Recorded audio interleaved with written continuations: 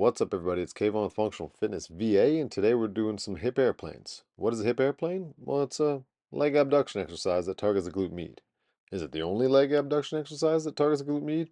No, of course not. There are plenty of them, and lots of good ones too. You could do a standing banded side leg raise. You could do a mini band two-step. You could do a standing cable side leg raise. You could do a seated booty band abduction. You could do a side plank clamshell. You could do a side plank top leg raise. The list goes on, and a lot of them are good.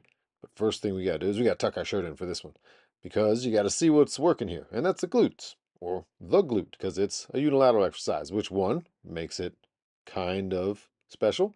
The other thing that makes it special is closed chain, which means I, or my pelvis and torso, are moving on top of the limb that's working, not the other way where you're standing and moving that limb by itself, which is fine. Now, also what makes it special is I can go through a full range of motion, i.e., you can dip down into it with the hip and you're getting a stretch on that glute med while it's loaded, and then working through that full abduction, air quotes on full, to contract that glute to get to the top. So that's one of the key elements that we're working here. So we might as well focus on it. Now, another key element with this is we can load it with more than just your body weight. The simplest way is to hold a weight in your hand. I'm holding a kettlebell here. You can use a dumbbell. I'm rotating down into it and turning into that leg so I get a stretch on that glute med while it's loaded. And I push away and rotate up. Try not to let your knee go too much side to side, but it's going to move a little bit. Now, range of motion is a key here, so we might as well get the full range, which is why I'm up on a block here. I can go deeper into it, get that muscle to lengthen more under the load, and then push up and rotate. Also, if I have a dumbbell, I could get closer to the ground without it touching. So that's something you want to make sure you do. Now, one I like a lot is to, if your shoulder can handle it, wrap the kettlebell, and in this case, a kettlebell is better than a dumbbell because it sits across the hip, around the back side of your pelvis, draped over, and this is the hip that's of the leg that's up in the air, so the non-working hip, because the working hip has to move it. And again, rotate down into it, get that muscle to stretch under load, then push the floor away, rotate. Notice I'm using my hand here for balance because this is not a balance exercise. I should have said that earlier, but I'm saying it now. This is not a balance exercise. This is a glute med isolation movement. So I want to isolate it as much as possible, which means I want to take balance kind of off the table. All right, notice that full range of motion. I rotate down into it, then press up. Another thing we can use, and this one's good as well, is use a TheraBand. I wrap it around my waist and then pin it. I pin it on the side of the glute that's working because it's wrapped around the other glute. It's under my foot and pinned. And then again, rotate down into it, push the floor away, rotate up. Again, that knee is moving a little bit of the working leg.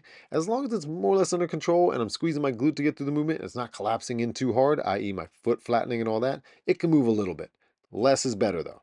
Here's a better angle, speaking of better, where you can see how much I'm rotating through the pelvis, getting that glute to lengthen under load. Now, one I like a little better than using the TheraBand is the old jump stretch band or the pull-up bands here. I wrap it around the same shoulder of the working leg, goes around my waist, across down to the foot of the working leg. And that way I can move through my whole body and I don't have to worry about my torso kind of disconnecting from my hip here. It kind of connects the two as you wrap it around and makes it so your back is not the weak link in this. It's connected, and any movement of the band is me moving through the hip. That's one thing with a weight in your hand that you got to watch out for is that you could move through your arm, shoulder, or back and not just the hip. Now, bands are good and all, but when they're shortened, which is when you're lengthened, they don't have as much resistance. So if you have it, a cable machine is good for this because it's a constant load, whether I'm rotated down into it or rotated up. So here I'm just holding it in my hand. That one's good, but again, even better because I don't rely on my back or my shoulder or my grip is if you can wrap it around your torso. Now in this case, I'm wrapped around the side of my working leg with the connection around my armpit, and then it comes around the hip of my non-working leg. Again, support yourself so balance is not being worked here, and rotate down into it and away. You can hold the kind of anchor point of that band or wrap This is a Spud Ink strap that I'm using here. It's a good one, but there are plenty of straps that you can use, and even a real sturdy jump stretch band because it won't stretch, it'll just connect it to you. But either way, I'm focusing on full range of motion, rotating down into it when the muscles lengthen, pushing away, squeezing that glute to extend as full as possible. So that's the hip airplane. Give it a shot, have fun, and grow your glutes.